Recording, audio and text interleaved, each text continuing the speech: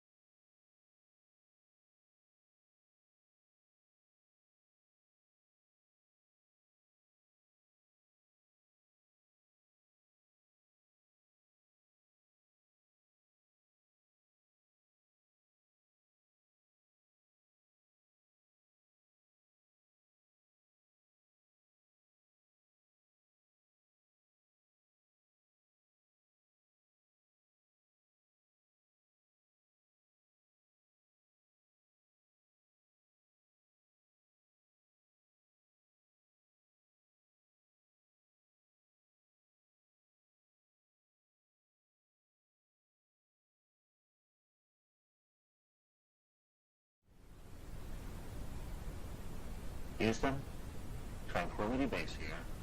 The Meeple has landed.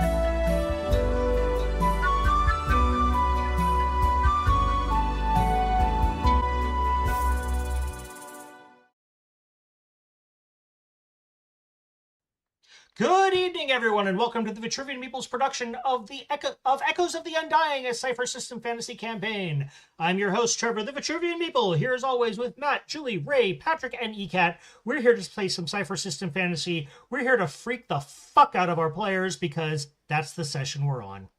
I love it. For those of you that tuned in 2 weeks ago, I hope you guys enjoyed that little Halloween interlude. We may come back and visit the kids at Grimsby High some other time, but we have a date with a magical spring tonight. So let's get right to it.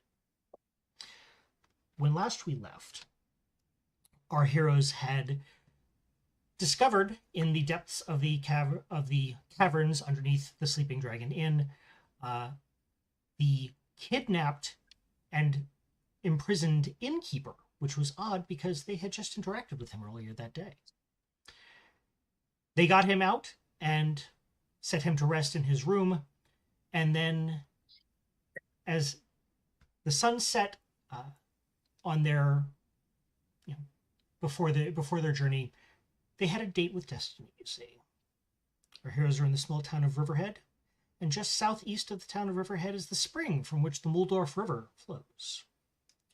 Now, it's said that when the blood and hope moons are in convergence, strange things happen.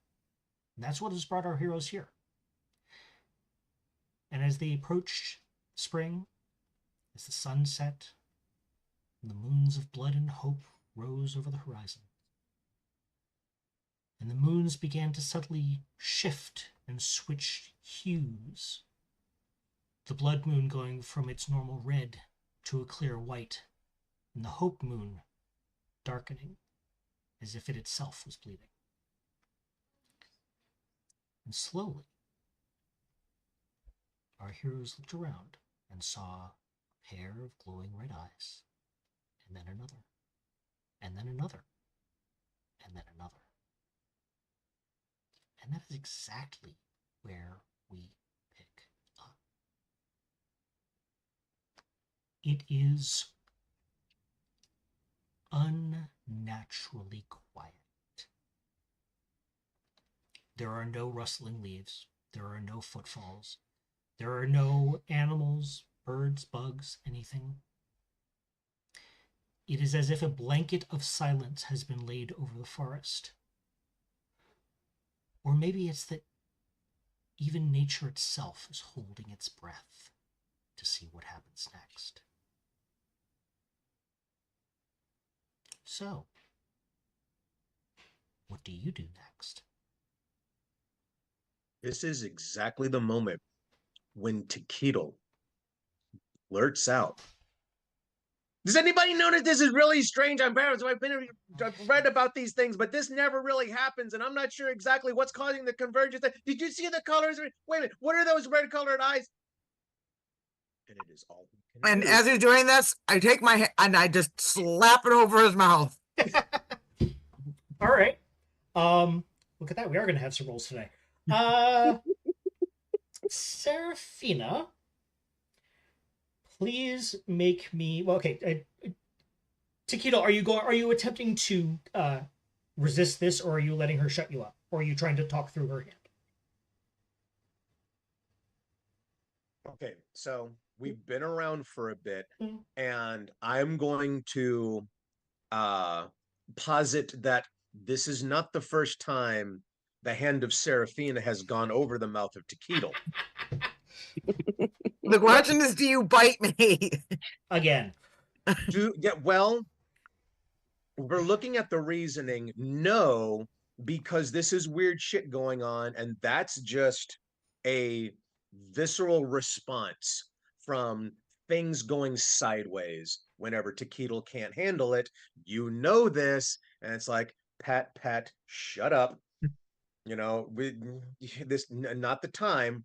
And so you hear, so what you hear is Takedo going now, and that kind of resigned, okay, but the gears in the head are still just going like a 10-speed bike right now. Yep. So, I mean, Taquito's voice is somewhat unsettling under the best of circumstances, and usually a little high pitched, a little louder than he really needs it to be. This feels like thunder against the utter silence that surrounds you. You actually, Taquito, you actually hear your voice echo off of the trees. It's that quiet. It's that still. Zell, what are you doing?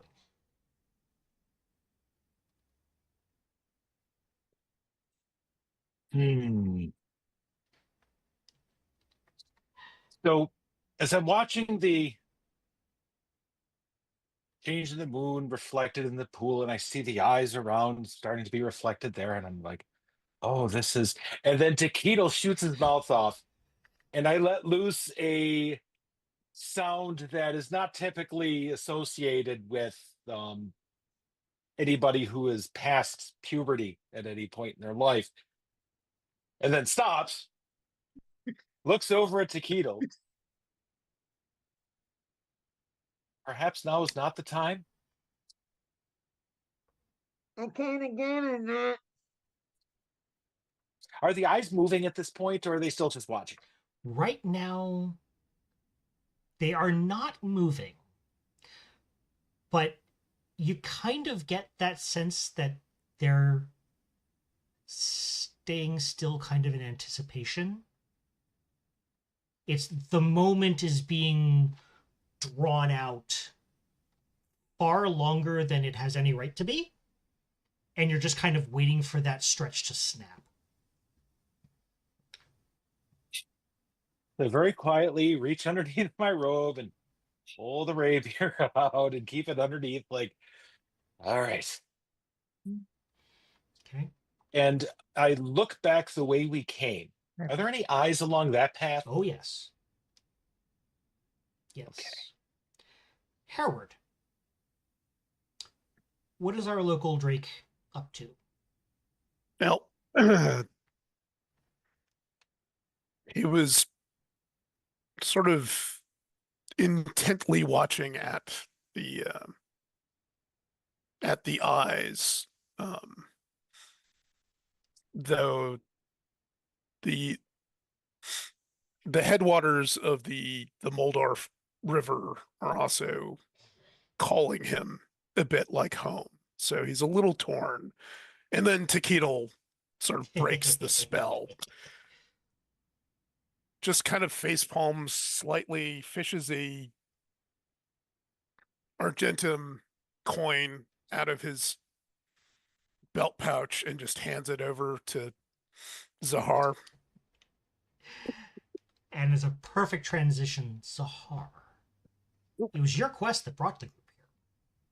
Oh, without even looking in his direction, I have held out my hand to Heward the minute the first sound came out of Taquito's mouth. I take it, pocket it into my bag, all while keeping my eyes constantly scanning Okay. the area. I would like everyone, please, to make me perception rolls. Again, if you don't have anything perception, it's just straight up intellect.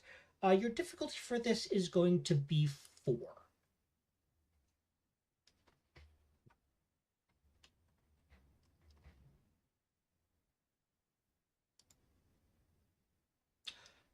Hi, Zahar!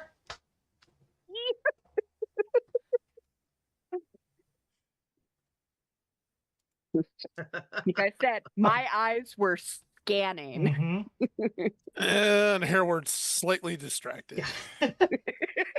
Zahar, Yeah, I'm a little distracted because I'm just really hoping that Tick doesn't try to either bite or lick me. So Zahar and Zell, Zahar, okay. Do you have any particular requests for your major effect? Because I have something in mind if you don't. I will let the GM choose. Okay. Zahar and Zell.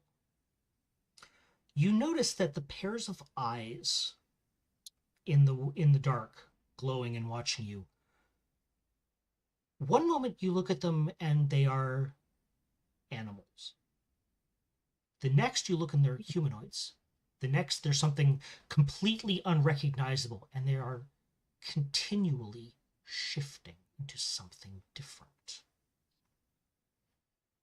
If you try to stare and watch, it is a swift though gradual transition, but you are almost instinctually driven to blink or look away or something during that moment.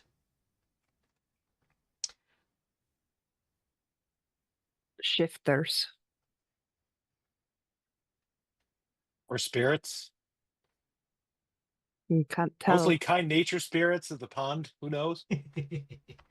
Doubtful. Have you seen the moons? Don't think that's the way tonight's going, guys. No. And as the moons clear the treetops and their full light is reflected into the pool, and the cat gets scritches. Just Way to stick up for the mood. Great. Thanks. Everyone, your vision goes dark. And the first one we see spotlit is Seraphina. Now, the other four of you can see this. In fact, you look around and for all the world, it feels like you're sitting in a seat at a theater. And Seraphina is on stage, spotlit. Seraphina, you cannot see them. You are not aware of their presence at all. The rest of you see a dark stage that is slowly lit to match the backdrop that Seraphina sees, which is a glistening golden castle. You are in the great hall, and you see some figures standing up near the throne. And you know immediately that the person sitting on the throne has no business being there. His face is dark and marked. Zahar, you recognize the face of Ishun immediately. And he is sitting leaned forward, hands steepled, and a smile of utter satisfaction on his face. And before you, Seraphina, two figures come into focus. One, a male, is skin probably a little darker than Zell's, but that same general hue. Prominent ram's horns from the top of his head, a tail that is twitching and barbed at the end. You know this to be a full-on fiend. The other, you instinctually know, is a full Celestine. She is... Now that's odd, because when you first saw her, she was wearing a flowing golden white gown that almost matched the spires of the castle. And now you look back, and the fiend was dressed in a very formal leather outfit, like one might wear to a grand ball. And then the next minute you kind of blink and you focus on them again, and they are naked. And they are locked in a lover's embrace. And the figure on the throne leans forward. And he says, "You see, do you not? Your lady has lied to you. She has hidden things from you. Join me. Side with me. And you will finally be free. You will no longer be slaves." And the two break their embrace long enough. They look at the figure on the throne. The fiend looks away, almost back towards Seraphina where you are, and is looking down towards the ground. The look on his face is sorrow and regret, but also a little bit of determination. He knows his path is set, and he knows it is not the path that he wants. It's not the path that his heart wants, but he knows that it is the right one. The Celestine, hair actually, Seraphina, somewhat like yours, turns to face the throne and the figure upon it, and takes one knee.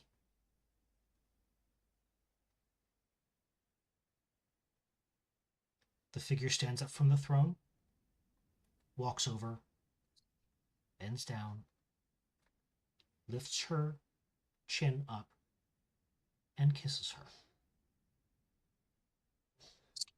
Scene.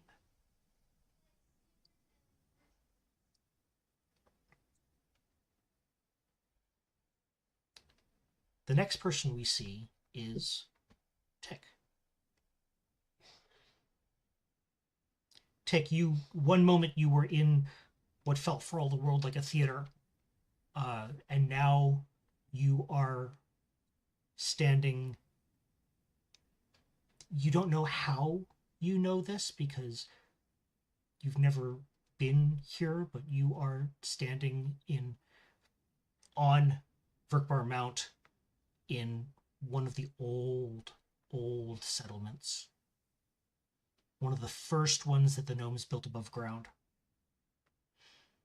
when they finally decided to go and discover the other races of Kor.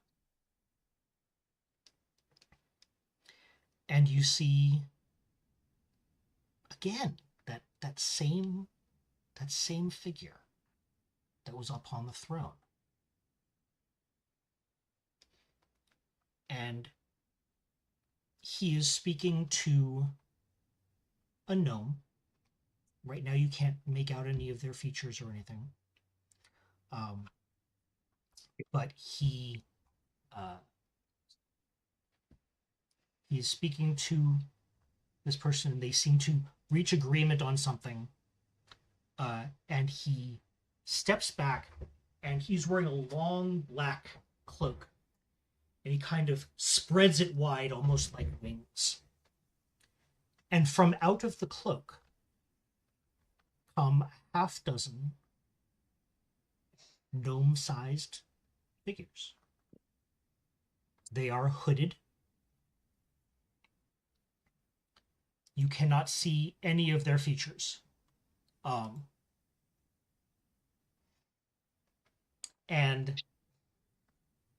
But they all go towards this gnome and, again, take one knee, bowing in deference to them.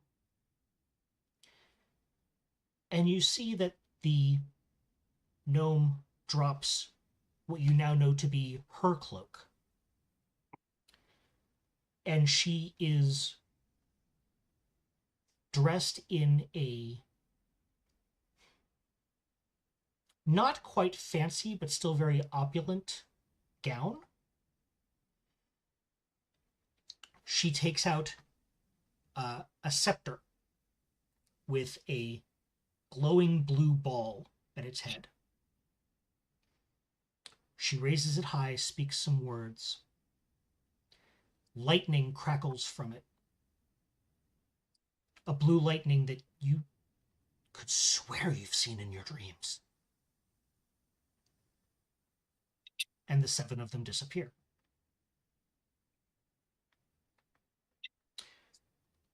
The figure that Zahar knows to be Ishun is still standing there. And he looks up and Tick, he locks eyes with you. Which is odd because up until then, it was as if you weren't there.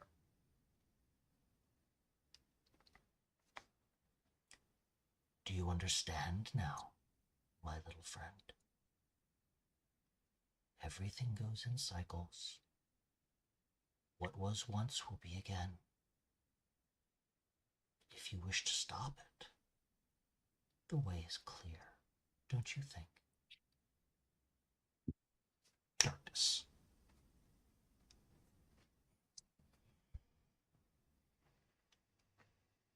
Zell.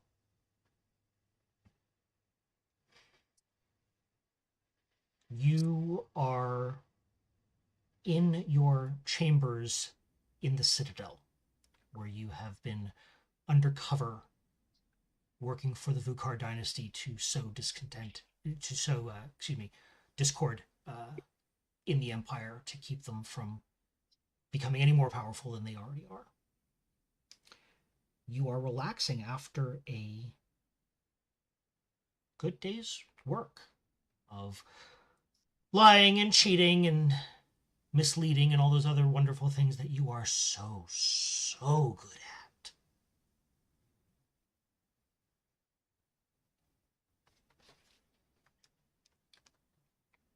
A man hurries. It opens the door quickly. It is your handler, who I don't think we ever got a name for him.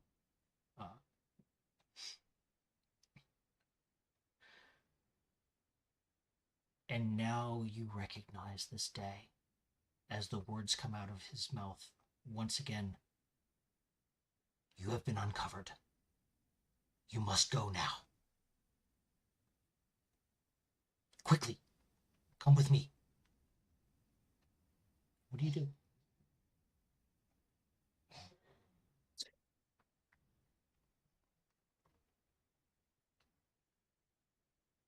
Zell? Oh, if that's what happened, then that's actually. So it is my handler telling me this. Yes. Not what's his nuts. Okay, yeah. I'll start exiting stage left. Okay.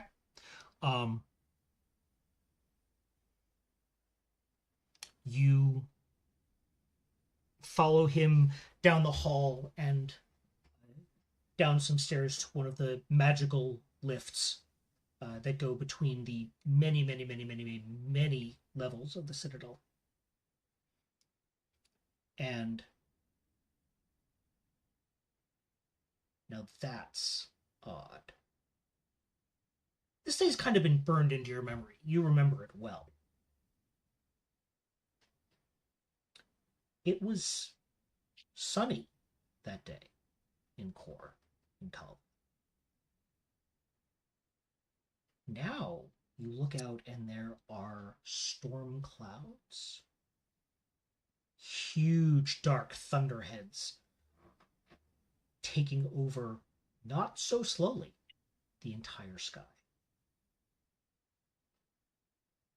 You can hear the rolls of thunder, and every once in a while you see one of the peals of lightning within the clouds.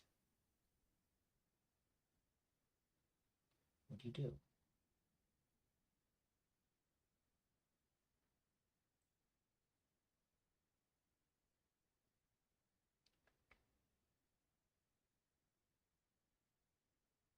Oh, what had happened before is I went straight towards my place, wherein I ran into Serafina, who also somehow knew I was busted.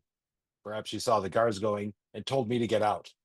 Mm-hmm. So I didn't stop at my place. I just went straight for the gate. So I'm going to do that again. I'm going to start heading back towards my place to collect my stuff. Okay.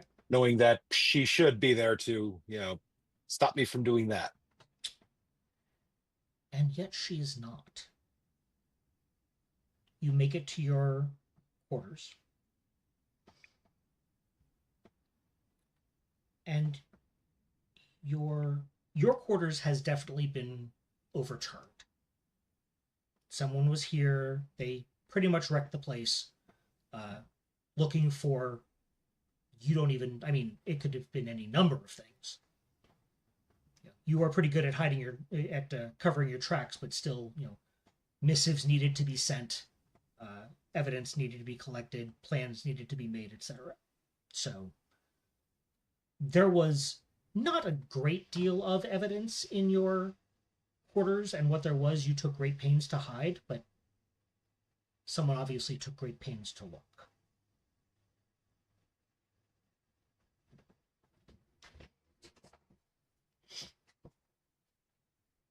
So I go and look through the room for that thing I have always regretted I wasn't able to get out of my room. Okay. What is that? It's a book given to me by my family before I left. One of my siblings, and it's the most precious thing that I owned in hindsight. At the time, I really didn't care so much, but it's that one thing, that one connection back to the past me that was left behind when I had to leave. It's there. The leather binding is still crisp. Most of the pages still unturned. Pristine, just as you left it. I pick it up,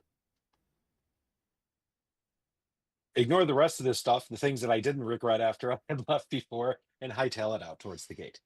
Okay. Make me, please, a might defense roll. Difficulty 6. Oof.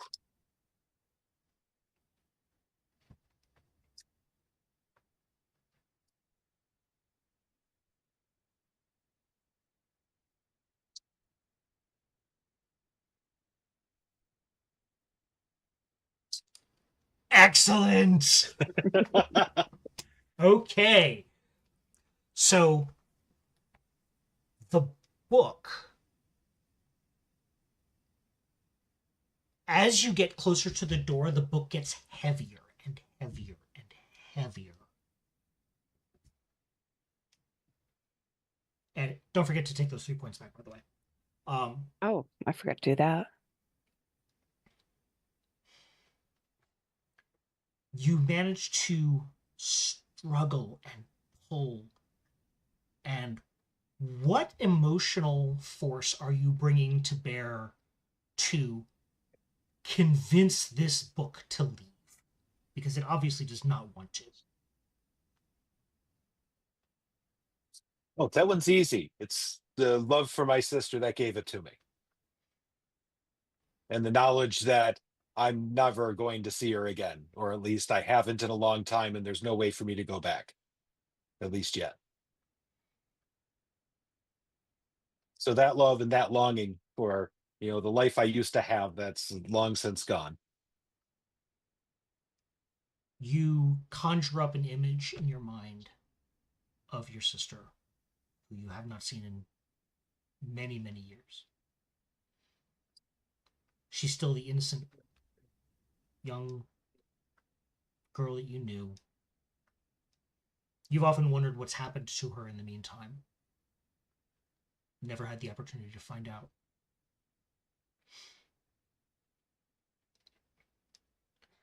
You manage to wrench the book past the threshold to your quarters. You are now free. But you can hear the summoning of the guard. They are hot on your tail. They will probably find you very soon. I hightail it towards the gate. Okay. You make it to the gate, or you make it towards the gate, and find the person.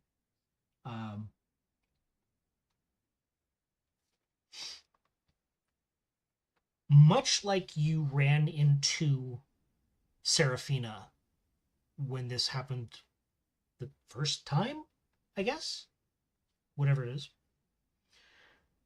You were running down the street and you almost ran smack dab into her, and the two of you almost knocked each other over. That happens again, except it's not Serafina.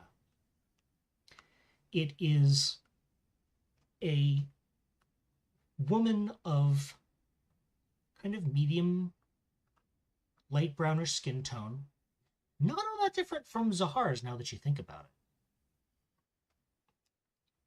She is wearing a bluish green head wrap. Zahar, you see this and your heart immediately breaks. You know that face.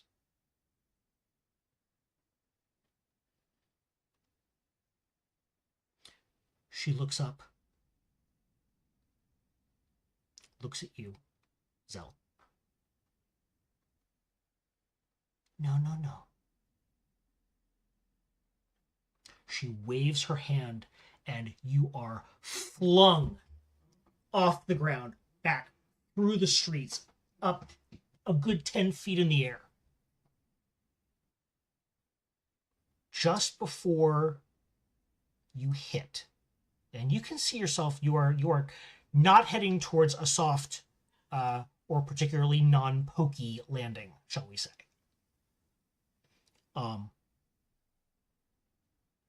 Just before you hit, what are you thinking?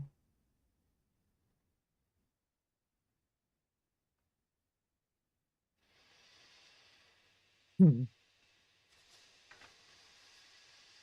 have to find a different route. Just get up, turn, and keep running away from this one. He's obviously with the guard or something. Just before you land, everything goes dark. The stage for the other four of you is dark for a moment. But then the woman is spotlit. She looks over at you, Zahar.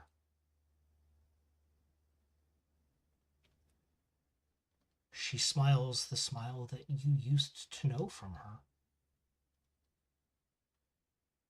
Before everything happened, before the lady claimed you,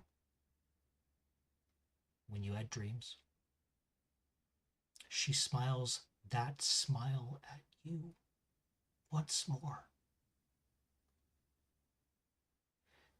And then you watch in horror as her body ages before your eyes. In a matter of moments, she has gone from just a newly blossomed, fully formed woman to now a desiccated husk. But she doesn't quite fall to dust yet. She stands there still smiling at you, puts her hand to her lips, and looks for all the world like she's blowing you a kiss. And as she blows it, first her hand where she's blowing turns to dust, and then the rest of her quickly follows.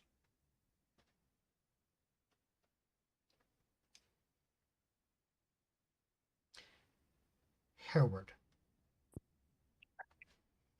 you are in Drakeburg. It is before the fall. It is the Drakeburg that you remember, the Drakeburg that you loved and knew and had pledged yourself to protect. It was before your life was ruled by anger and vengeance. And what were you before you became the Mallard you are today? He was a still a soldier, one of the river guard. But he had a home. He had a place. Um,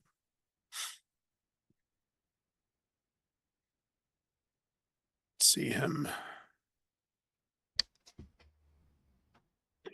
would go out on the ships of Drakeberg to patrol the waters and watch the gate.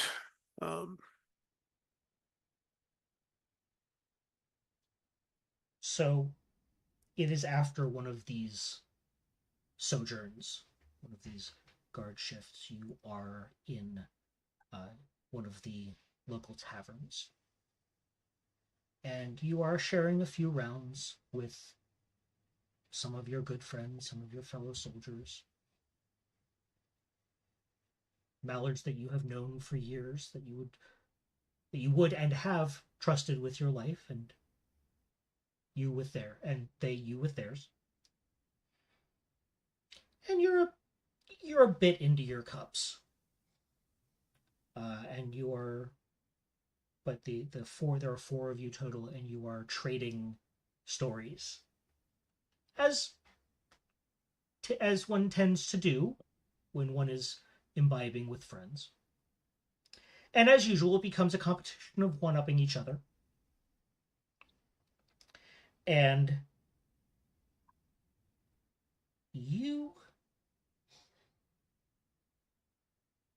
your perspective kind of splits, and you're kind of watching yourself in this moment.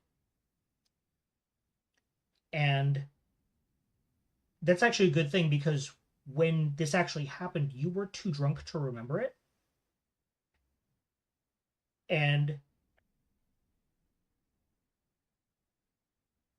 you see yourself start to tell a story that for some reason you shouldn't tell.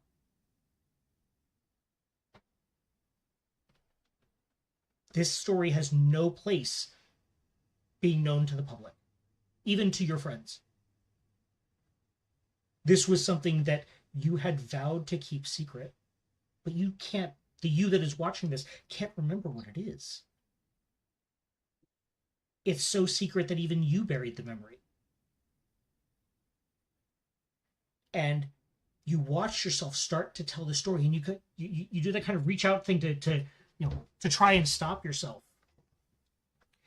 And you find that your hand is caught and pulled back. And then your other arm is also caught, and you are held fast. And you look behind you, and the man that had been sitting on the throne, the man who had been speaking to the gnome, I guess a sorceress of some kind, has you. Try as you might, you cannot break free. He leans down and whispers from behind you into your ear,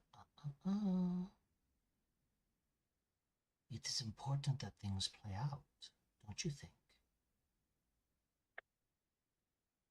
From you, Gargantor, breaker of the wheel, father of lies. I do not lie. I show people the truth they did not wish to believe. I am the ultimate truth. And still you lie. Believe what you may, my little friend. Now, death is the ultimate truth. Precisely. And you broke that wheel. You fight against it. Who can't accept the truth now? The game we play is bigger than you, and yet you have your part. I will see you again. But in the meantime, look. And he kind of, with still holding onto your arm, he kind of, turns your head so you can see back to the table.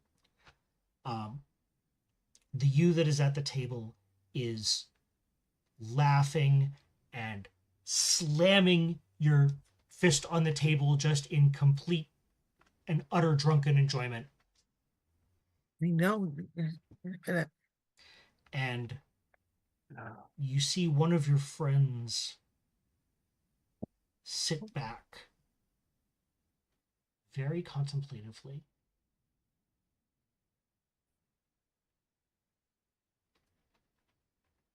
And again, he leans down and whispers in your ear, "Things must play out as they are intended, don't you think?" And darkness.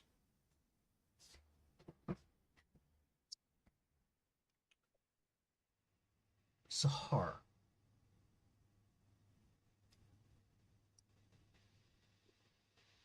You see yourself on the stage. You feel yourself spotlit. The seats, as far as you can tell, are empty. The other four of you are, as always, sitting there watching.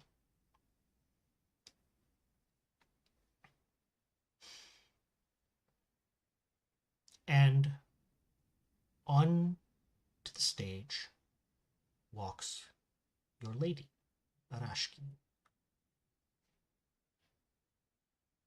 I drop to my knees,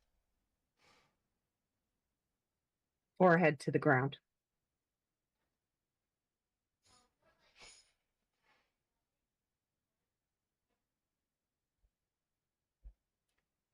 I cannot have a champion who will not look up. You will be forever running into things.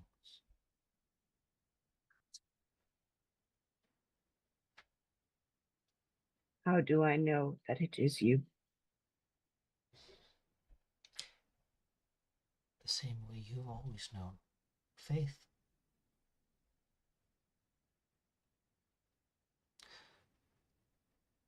Yes, there are those who can change their appearance, change their form. She reaches down and offers you her hand. You will know if it is me. You always have. You have always been wise and knowing and seeing beyond your years, and that is part of why I chose you.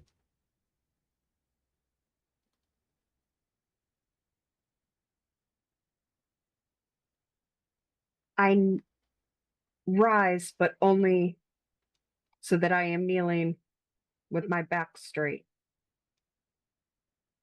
I look to her. I look at her. Okay. And I grasp my medallion. And in my mind and in my heart, I pray to her. She smiles. Your medallion is comfortably warm, not as a warning, but more as like a comforting campfire.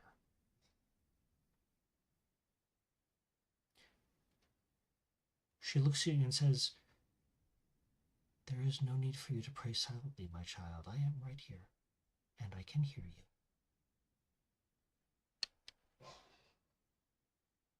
And whatever it was that you prayed to her, as she mouths the words, you can hear a response in your mind confirming that, yes, this is actually her. I stand. My hand is gripped tightly on my blade. As it should be. You are my champion. You are my blade in this world.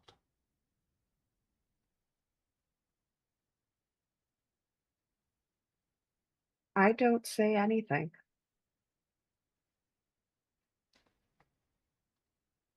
Because Ishun is near.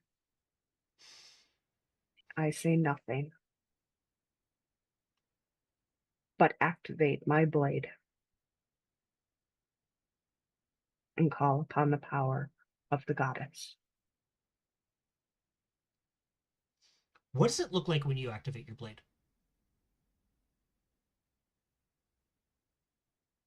A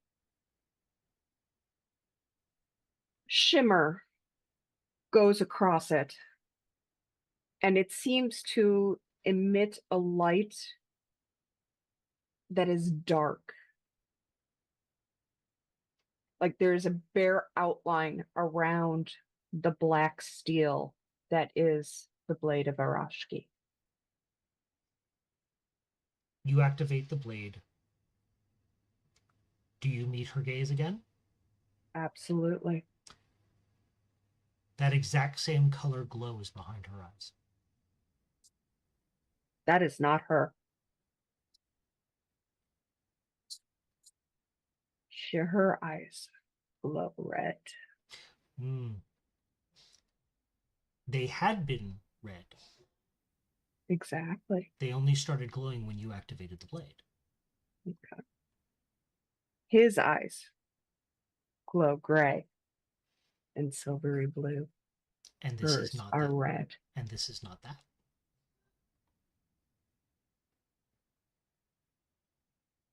Mm.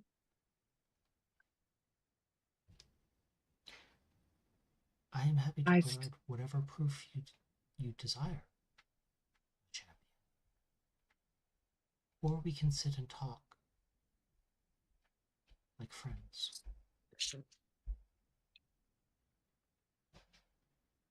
You placed me here to protect and guard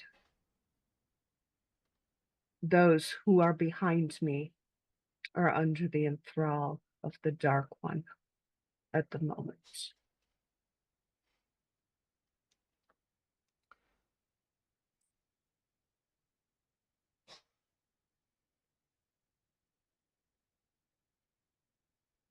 I'm saying this all in desert, by the way. Sure. And she is answering you. Right. Yeah. I'm saying that so that others realize Okay, that yeah. they may not understand what I am saying to her. Got it.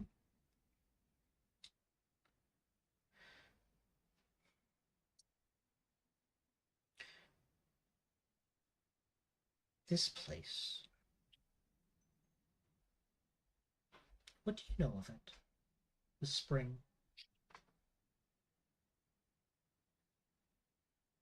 Only that your guardians brought me here.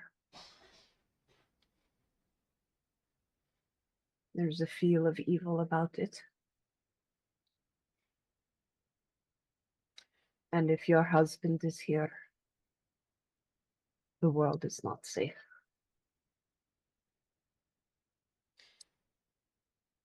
My husband, alas, may still go where he pleases. He is still a god. True.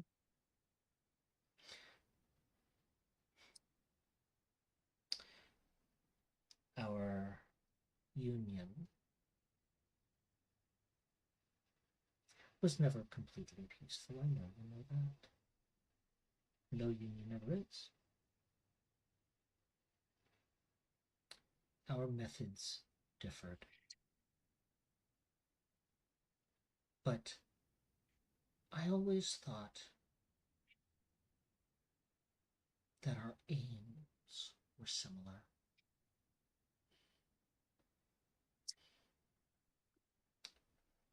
Unfortunately, the winds have shifted. I no longer know his goals, his aims. He does not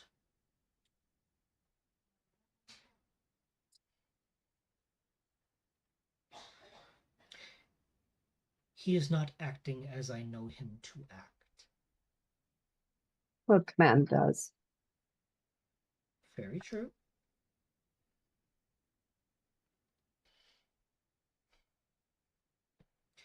This place, the veils between the world of mortals and all of the various other realms, be they my realm of the lost, be they any number of other magical, mystical, who knows, perhaps not even real places. The veil here is very thin, and when the two moons, and she looks up, and you see two spotlights, one the red of the blood moon and the other the white of the hope moon.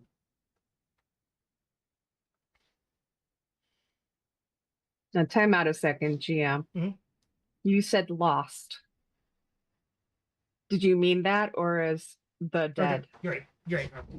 Sorry, I want to check no, before I. yeah, no, you're right. That was my bad. Okay. Yeah. Just wanted to check You're right. before we. You're right. No, thank she you. calls out her goddess, going, "Nope, you are the liar." No, thank you. Okay. That was my mistake. Yeah. Okay. My realm of We'll the retcon found. that. Yeah. Yeah. My realm of the found, actually. Okay. It is an odd thing, don't you think, when hope and blood are conjoined?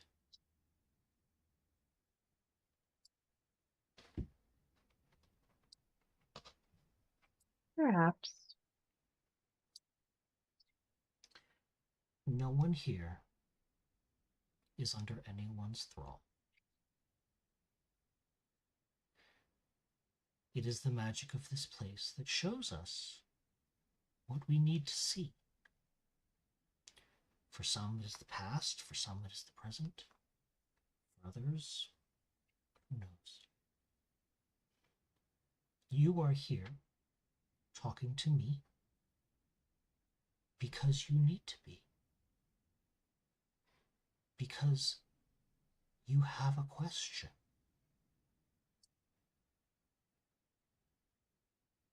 And you seek an answer. What is your question, my champion?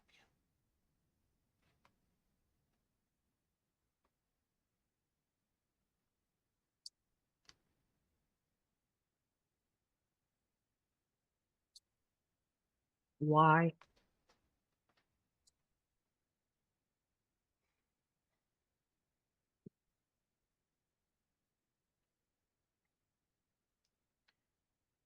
She waves a hand, and two would look for all the world like garden table chairs appear, and she sits in one and motions to the other.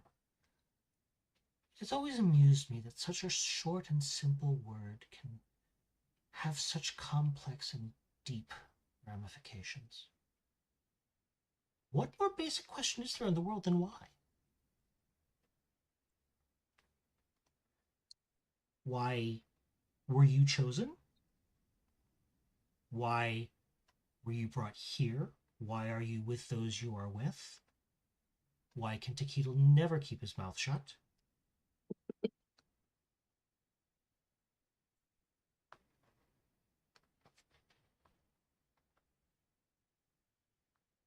Just why?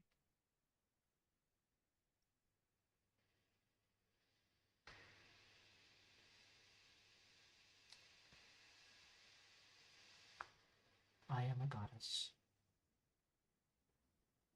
My strength and my will are far more powerful than any mortal's.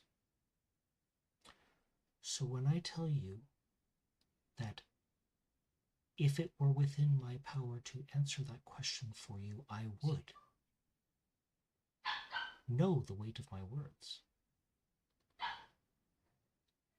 That is a question that everyone must find on their own, that you must discover. I chose you as my champion because I knew that your strength and your wisdom and your devotion would be needed.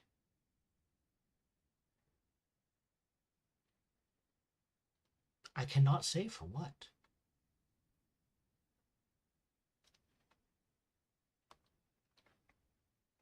She looks up again, and you see that the two spotlights, which had been both shining on her, are actually starting to pivot apart. Our time is nearly over. I do hope we can do this again sometime. I am yours. And I treasure it. And the stage goes dark. The five of you snap back into what we can only refer to now as the real world. The pairs of eyes start moving towards you, towards the clearing. There is still no sound except that which you make. Zahar, your blade has been activated. What do the rest of you do?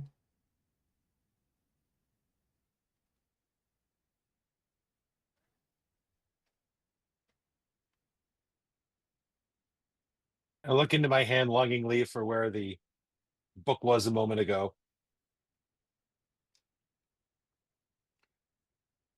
You see the imprint from where you were gripping the book so very tightly.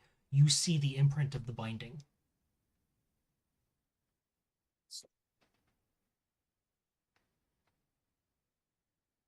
Look at the others. I think it's time we go. Okay, so not the only one who saw that. What do you No. think we came here for? Mission accomplished, I'd say. Shall we?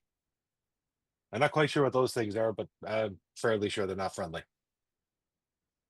Well, unfortunately, you are surrounded by them.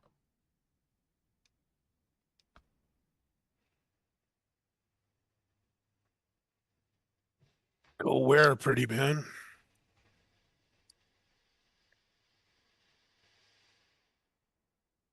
Back to town, I would imagine. Hey, you do know we're surrounded. Yes, well, our other option is to get attacked from all sides. And as you know, a bit of a tactician, I'd have to say, you don't want that to happen because bad things will happen. So I think we need to punch through.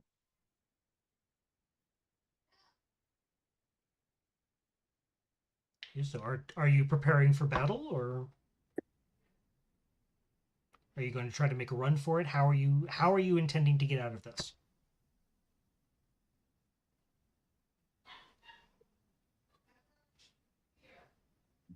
Does anybody Keating have a good light pipes up. source on them?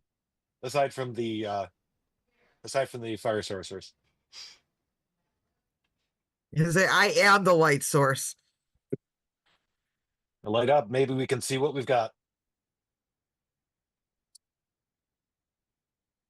Okay.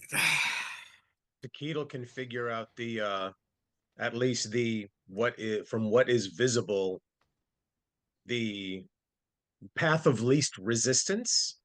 Okay.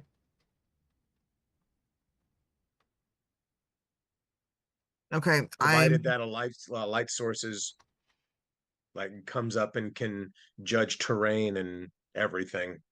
okay, I'm turning on Shroud of Flame. You flame on. Okay. It's what it is. It's called what it is. Yep. So your flame lights up the clearing. And the pairs of the sets of eyes are the rest of their forms are spectral almost to the point of being completely transparent. They are shifting shadows, no more tangible, no more identifiable than a wisp of smoke in the air.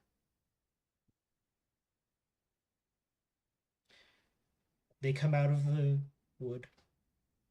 There are, you could not even try to count them.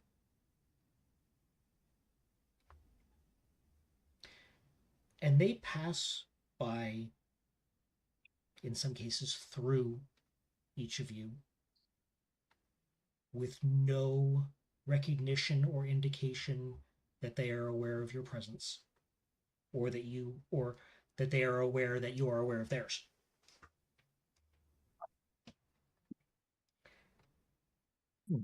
When they pass through you, you are overcome by feelings of regret, of sorrow, of loss, of surrender, both physical and even more so emotional. Whatever these souls are,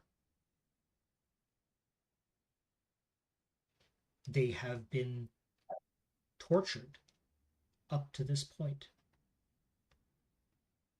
And as they approach the spring and their forms start to discorporate, just for a moment, you see a bit more of their faces, and you see relief as they discorporate. The red glow fades, the wisps of smoke meld into the water of the spring. In some cases, you can even see a little bit in the flow that comes out of the spring down through the mountains and what will eventually become the Waldorf River. Just for a moment, you see it, and then it is gone. And as the moons move out of convergence, the last of the spirits turns to you, and you each see a figure from your past. And I'll let you each decide and describe, if you wish, who that is. And they look at you, and they don't say anything, but you are overcome just in that split second before they disappear and they find their rest and their relief. You know somehow that whatever they have been through, whatever horrors and hardships they have endured, they blame you.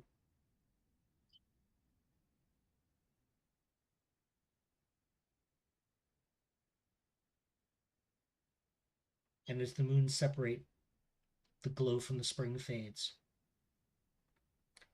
and the five of you are left feeling utterly alone together.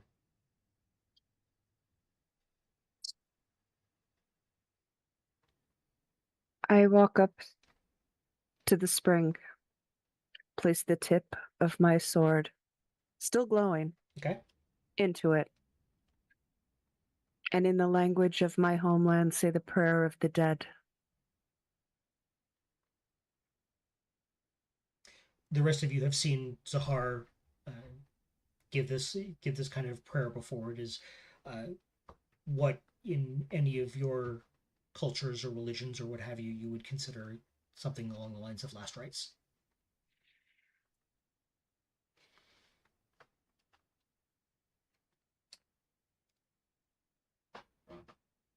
So let's go around and talk about what your characters are thinking and feeling in the wake of what has just happened. And we will start again with Serafina.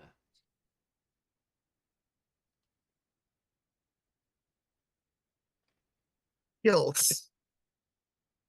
Because the figure that she saw was one of the other magic adept students that, as we were learning early on, he was a little on the cocky side and wanted to try doing some experimentation that I knew was a bad idea. And instead of telling him, no, this, we don't know enough basically to go off book yet, I just told him to be careful, and his spell backfired. And, well, this is now the last time I've seen him. Okay. Tick, I think you were next.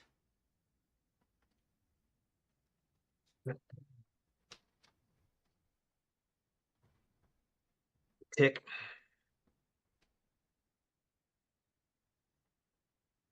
His mind is going over the last plans that he and his school buddy Idvin had been making, the dreams that they were making, business that they were planning, how they were going to team up with their skills and create something glorious.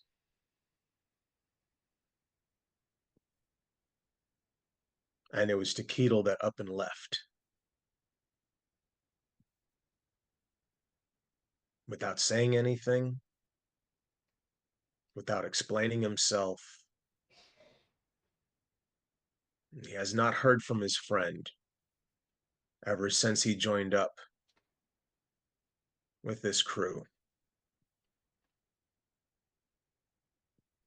And he's left with this sinking feeling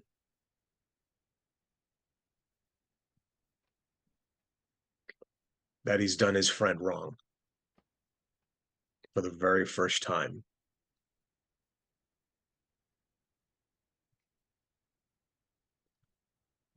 Zell. Okay, so this one's easy. The spirit as he saw was that sister who gave him the book. And he noticed something about her as she's fading away from him, is that just like him, she's also starting to grow the horns and her nails are starting to go a bit earlier than him, but just starting to show. And he knows deep, deep inside, if he were there, he could have protected her. They could have gotten away, or their family may have protected them if they were together. But it was because he was out doing what he was, and because he had gotten himself busted, that's why they came after her right after they came after him. Okay. Howard.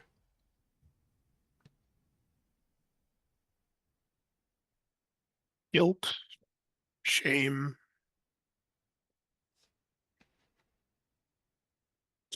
definitely, can be muttering under, hear him muttering under his breath, just such a young fool.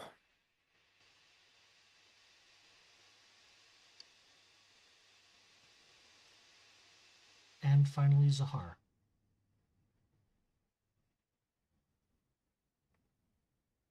Little bit of heartbreak.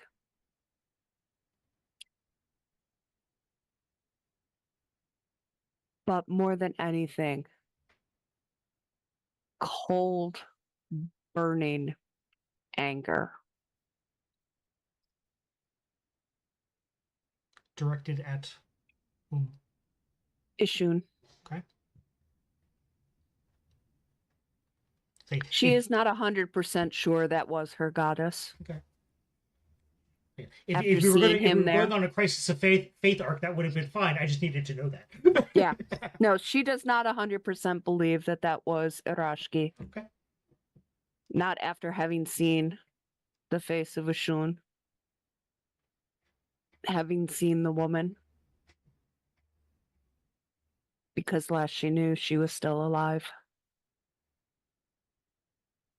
And that was not the face of the spirit she saw. Okay. She saw a small child that she failed to save on her first mission.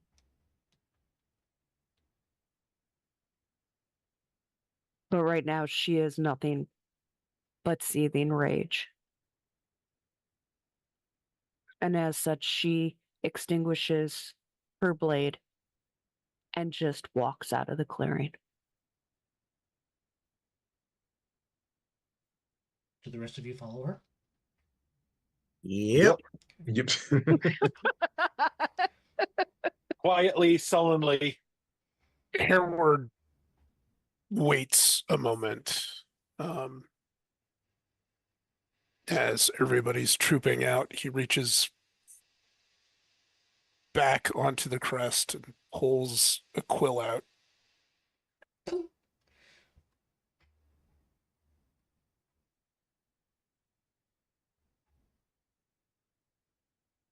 Such a young fool. I told you I could protect you. It's all lies. All shit. Every right to hate me, Saw. Nothing I can do will make it right. And he opens his hand and blows the feather into the spring and turns to catch up with his friends.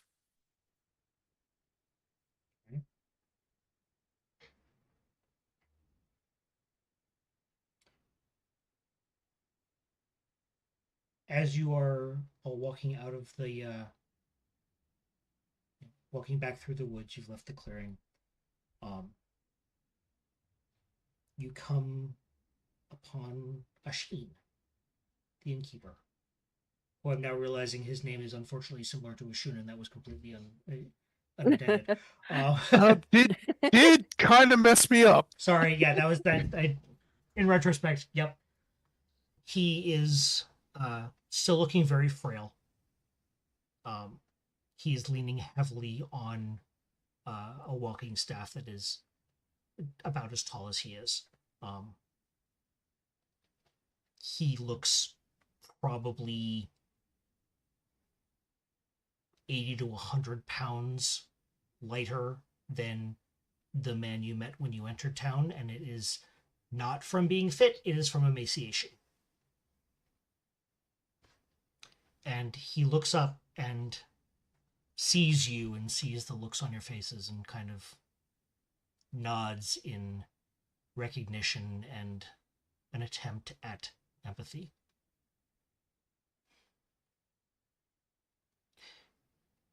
A lot of people wonder why we stay here. Do you want to know why? Yes. I have my suspicions, but I would like to hear it from you.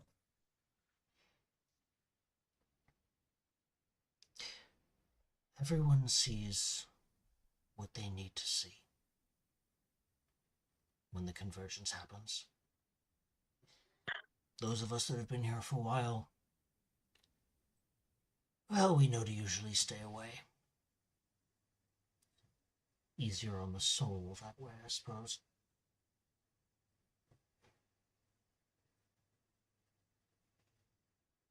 What you saw, and I will not ask what you saw,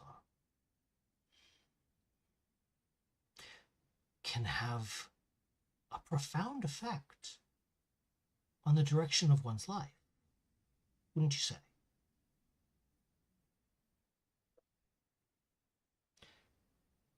When I said that it was good to have heroes in Riverhead again, I meant it. We stay to guard this place. And to make sure that those pilgrims and travelers who make their way here are worthy of the visions they receive, as heartbreaking as they may be. You have all been changed by this night, correct? Yes. Your path now headed in another direction. One hopes, one that is more suited to not only your needs, but to your destiny. Can you imagine if that power was in the hands of those who wish to do ill to the world?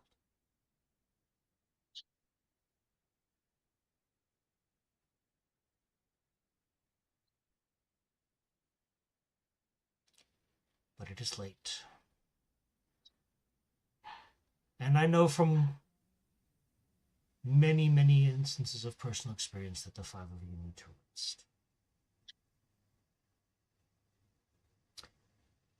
I'm afraid I can't offer you much in the way of furniture at the Sleeping Dragon. Sorry about that.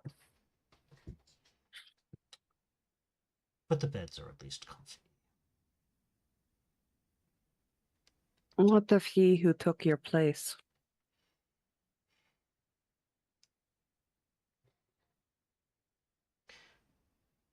I wish I could say I knew.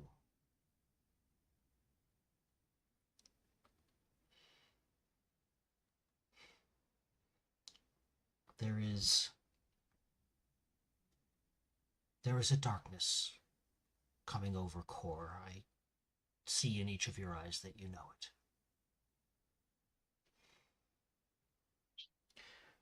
Whatever power commands those from beyond the grave has been swelling. And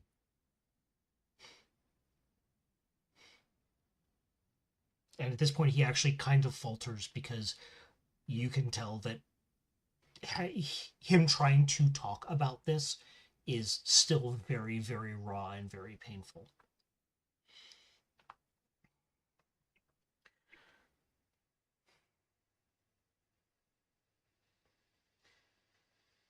This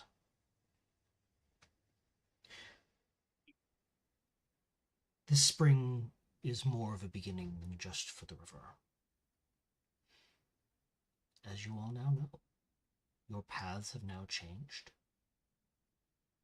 You are now set on perhaps the same mission, perhaps a different mission, but if it is the same, it is still changed, is it not?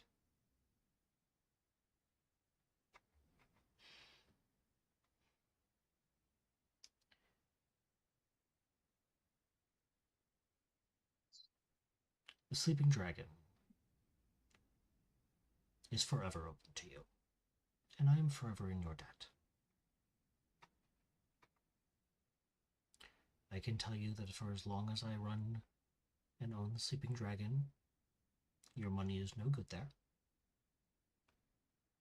You may regret that because I need a drink. I think we all do. And as he motions for you to come back towards town, and as you do, and he is still very much hobbling and favoring the walking staff as he goes. I understand the last time you greatly needed a drink, things did not end well for my inn. I didn't need a drink then. I wanted a drink. Small difference. And as we fade out of this scene, you see him look at you and go, I honestly don't know if that's better or worse. Me neither. The next day, the five of you awaken in the Sleeping Dragon. You go and have your breakfast. Renawa is nowhere to be seen.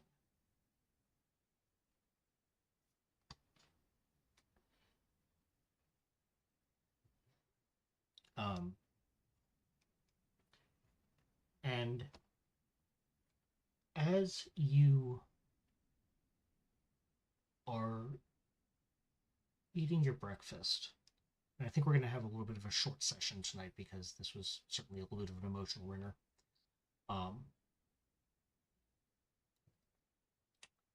Tick, you happen to be glancing out the window at one point, and you see, unfortunately, I don't have all my notes up, and I apologize for that.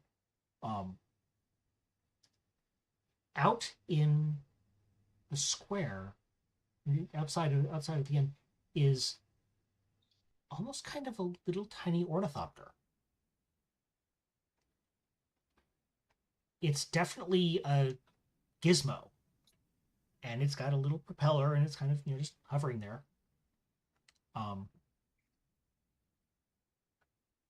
It doesn't. You can't tell if it has. You can't tell if it has eyes, much less if it's looking at you or anywhere in particular. And then it kind of sparks, and you see the magic smoke start to come out.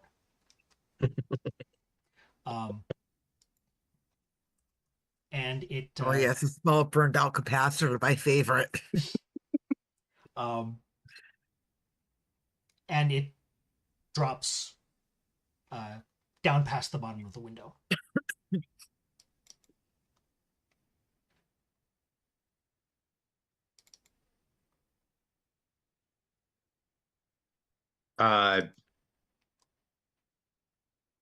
Look around and see what everybody else is doing, and I make my way outside in order to check this thing out. Okay.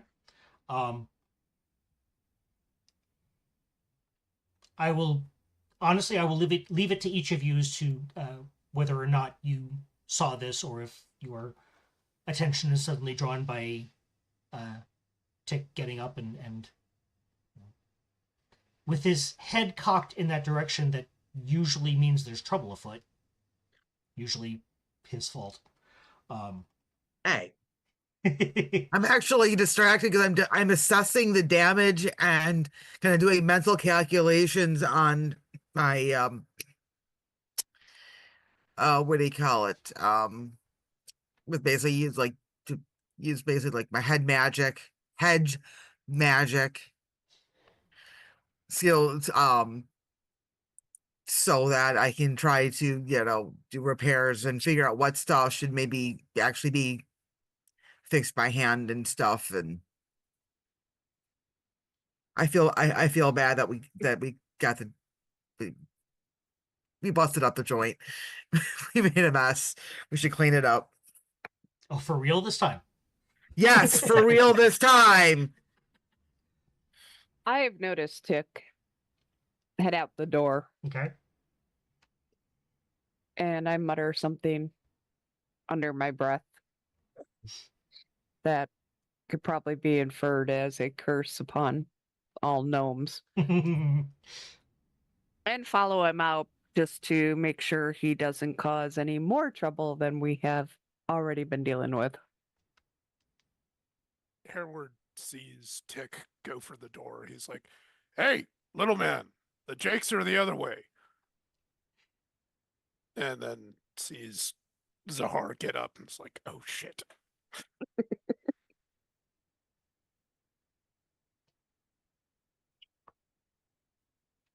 Juggling mace in one hand, bowl of porridge in the other. And if that's not Hereward in a nutshell, I don't know what is. And Zell, who's been sitting in the corner, wallowing in his own self-pity over a cup of tea, watching his friends get up, and like, huh, what? Oh, crap, something's up. Grabs his sword, puts it back on into its sheath, and heads out the door behind the rest. Okay. Oh shit. Wait, what? What's going on?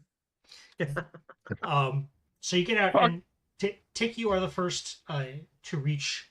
You see, the thing has crashed to the ground and kind of, broken into a few pieces, and the last wisps of the magic smoke are making their way out. And you come over, and inside it, because I can't imagine you don't look through this thing. Oh, there is rapid analysis, looking that whole, the grid, and just checking out what went where, and then what powered it, and then what went wrong, and then how do I fix it, and then how do I make it even better? Okay. And you see that inside is a little greenish crystal. Thank God it's not orange. Yeah. And as you, I really wish I figured out earlier this was going to happen, so I get the sound effect queued up, but oh well.